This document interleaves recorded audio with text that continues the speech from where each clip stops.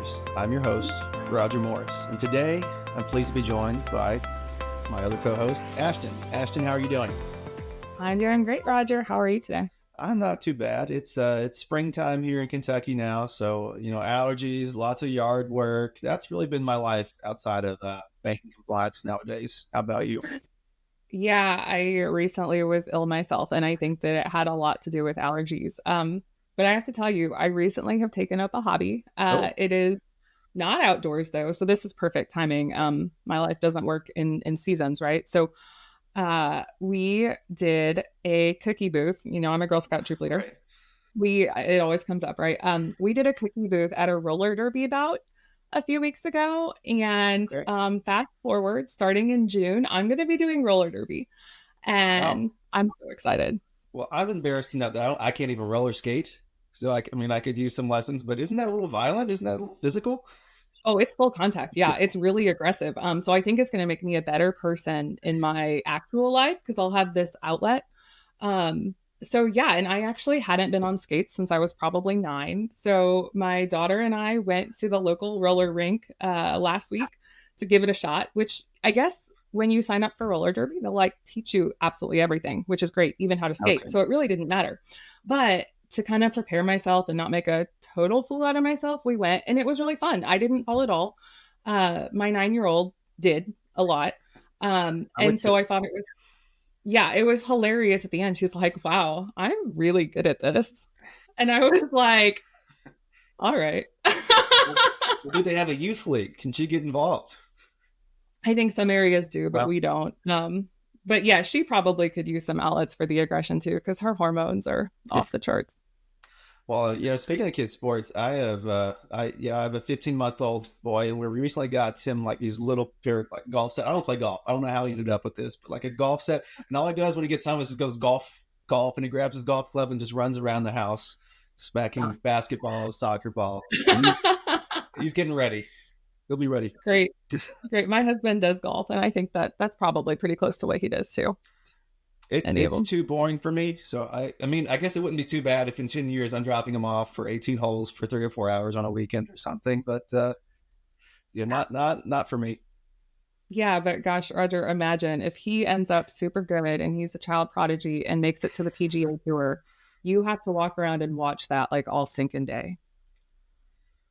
Well, that is a It's like drawback. worst case scenario. Yeah. And if you go to like the Masters or something, you can't even have your phone on you. I mean, there's no, you have to watch the golf. Oh, I didn't even know that was a rule. Oh my Yeah, the gosh. big tournaments. Yeah. Okay, so I think you need to push a different hobby for your kid. It's your, The risk is too great. Speaking of risks, so today I thought we could talk about one of what I would consider the lowest risk regulations okay. ever. Just curious, Roger, what do you think is the lowest risk reg, like in your opinion? Is it the Safe Act? Spoiler alert, you already knew. Yeah, so safe act. So we all think it's really dumb. And so I don't know if you knew this about me, Roger, but in a past life, I did licensing for a mortgage company. I did not. So I feel like I have gotten to know the NMLS database on a really like intimate level that I'm not really comfortable with. So, but the Safe Act is really interesting because it is super low risk. My guess is that most consumers don't even know that the NMLS database exists, and that was kind of the point, right? To make sure that consumers had a place they could go and make sure they weren't doing business with someone shady. Right. But I don't personally think it played out that way because my guess is no one looks. And really, I just use it to creep and see like how many different last names someone has had, like how many times have they been divorced. So, a fun fact, you can do that. But what's really interesting about the SAFE Act is that for such a low risk regulation, it has a lot of requirements that really aren't regular, I feel like, for a regulation of that risk level. Okay. So for instance, like you have to have a Safe Act policy. Did you know like a lot of regs, like it's, strongly recommended, but it's not explicitly required, unlike the Safe Act policy where you have to have policies, procedures if applicable to your institution. But the reg even goes into like what needs to be in your policy. Well, that's a little So unusual for a regulation, right? it is. It's weird, and it like even more weird because, like I said, this regulation is not something that matters. Like auditors look at it, and probably new examiners, kind of similar to the CRA public file, right? Like nobody cares, but it's there in writing. So you have to have a policy, which is wild. You also have to have an annual audit, or an annual review of your Safe Act compliance. So again, super weird because not a ton of regs, some yes, but not a ton require annual audits. And Right. those that do are more important than Safe Act. Yeah, that is weird. And I'm sure whenever they're going over these, they're trying to dust off the cobwebs, like what exactly needs to go into this? Because it doesn't come up super often. And I can tell you, I mean, we get questions about Safe Act in general hotline, but really not that often. Yeah, it's crazy. And so overall, the banks need to register their folks who act as a mortgage loan originator. That definition is pretty broad. We see a lot of folks registering like their loan assistants, or folks that maybe probably don't actually meet the definition, but better safe than sorry because the fee is like $50 a year. So that's a lot cheaper than a violation, right? So they go ahead and register these folks. You have to update the registry within 30 days of making a change. So that could be like terminating the employee. You have to have them out of there within 30 days. If they go through like a name change or something like that, you're supposed to have those updates made within 30 days. You have to renew them every year. But really, the pieces that get me about Safe Act are that the policy thing and the annual audit. Like it's just so unusual. That is a little bizarre. Well, speaking of bizarre, can we talk CRA for a second? Yeah, we all agree that's bizarre. Yeah, well, it's been a whirlwind the last few weeks. We were a month ago this time, or I guess when this comes out, a little over a month ago, we were all getting ready for the first wave of the new CRA rule requirements. The public file. It was coming up on April 1st. And then all of a sudden, a few days before, the regulators reversed course. And we talked about this last time because it had just happened.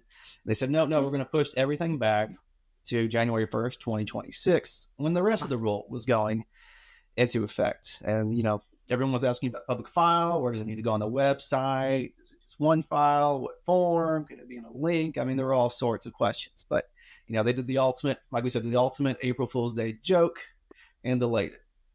Well, the fun did not stop there. After we had recorded and got this episode out, our very own Texas Bankers Association and a few others had filed a lawsuit challenging the CRA rule. Well, they were granted a preliminary injunction. So that means that that federal banking agencies were enjoined from enforcing the final rule in its entirety against the plaintiffs, so members of the TBA and the other organizations that filed the suit.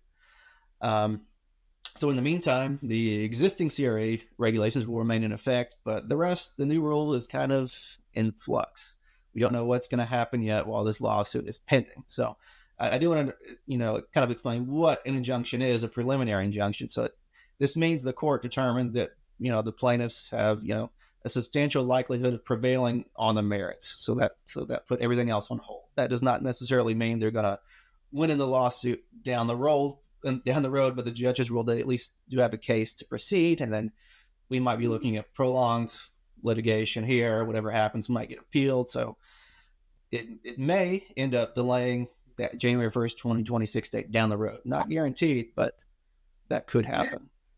Yeah. So, what are you telling banks to reach out and ask? Like, what kind of preparation should they be doing? Should they put everything on halt? Or because there are some pieces that you like opt in and it has to do with some of the more calculation-y kind of pieces, right? So, Right. should banks still think about looking at those things, or should they just kind of focus on other aspects? Sure. Yeah. No, I don't want to get into too much detail on the specific parts of the CRA rule, but I mean, they definitely should not, move it to the back of their minds.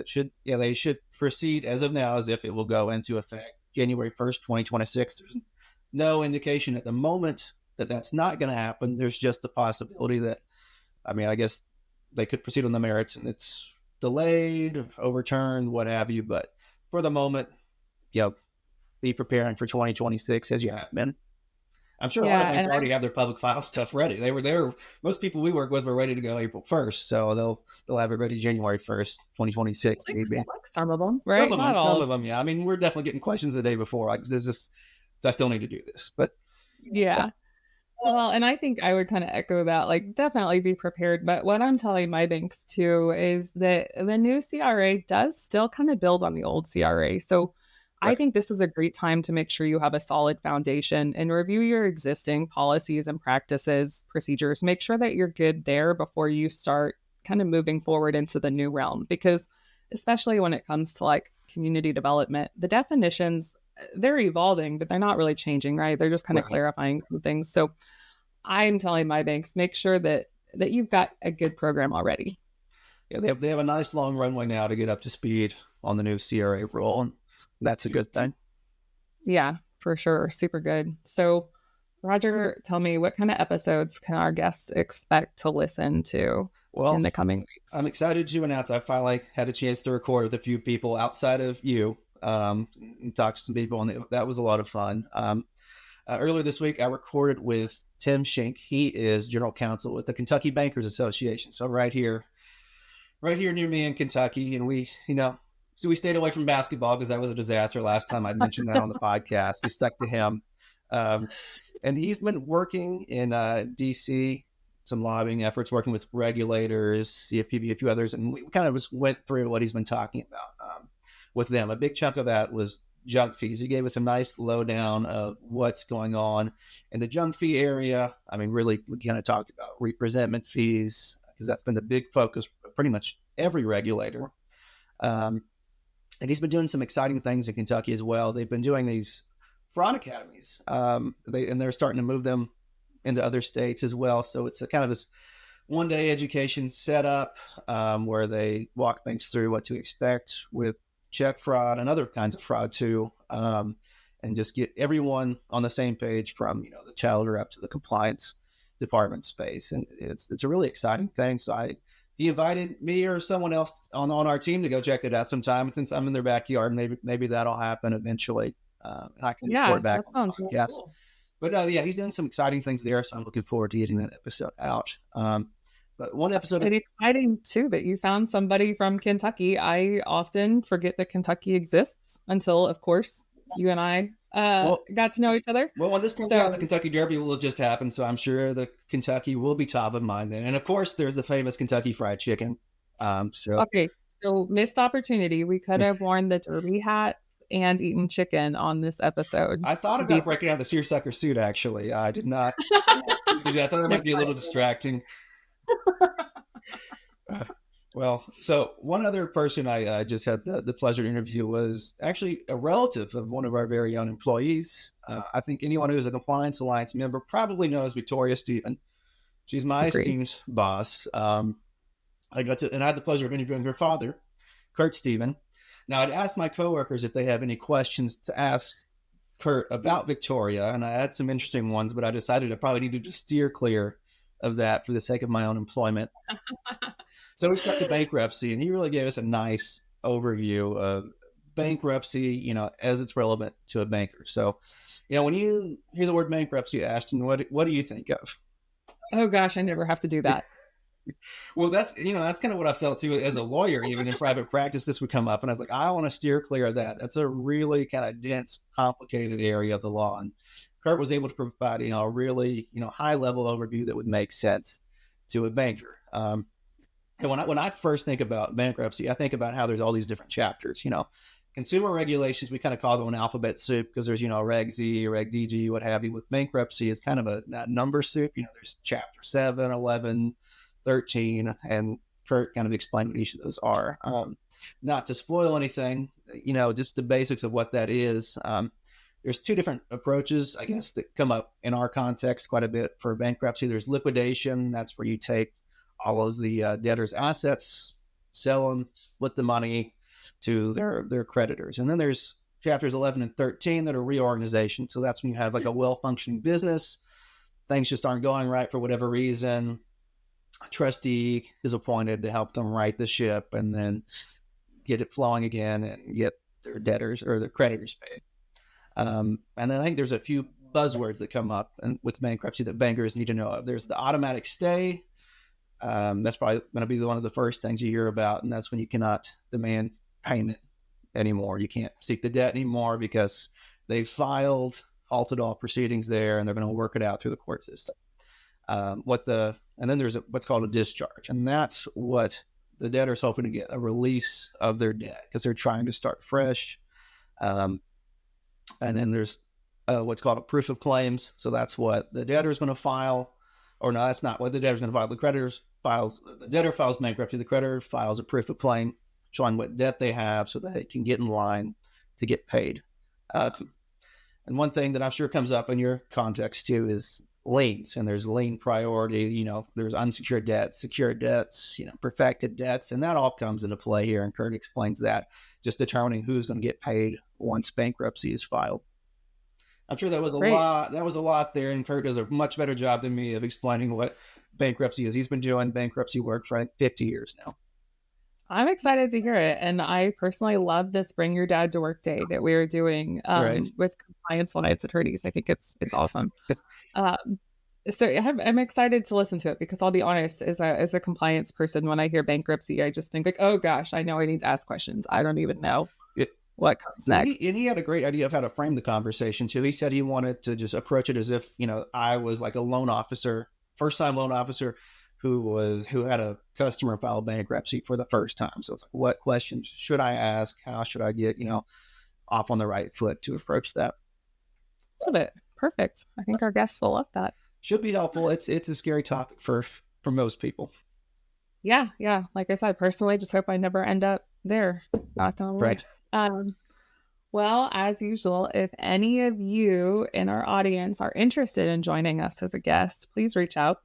Admin@bankersalliance.org will get you to the right spot so that we can hook you up as a guest. And don't feel like you have to be, I don't know, have a resume 60 pages long to come join us. We have a lot of very esteemed guests, but we are happy to talk to anyone. So please reach out if you're interested. And you don't have to be a relative of anybody on staff. Good clarification. Yeah. Thank you. Yes, you don't have to be related. Perfect. All right. Well, let's sign off for the month of May. For everybody at home, that's Banking Matters.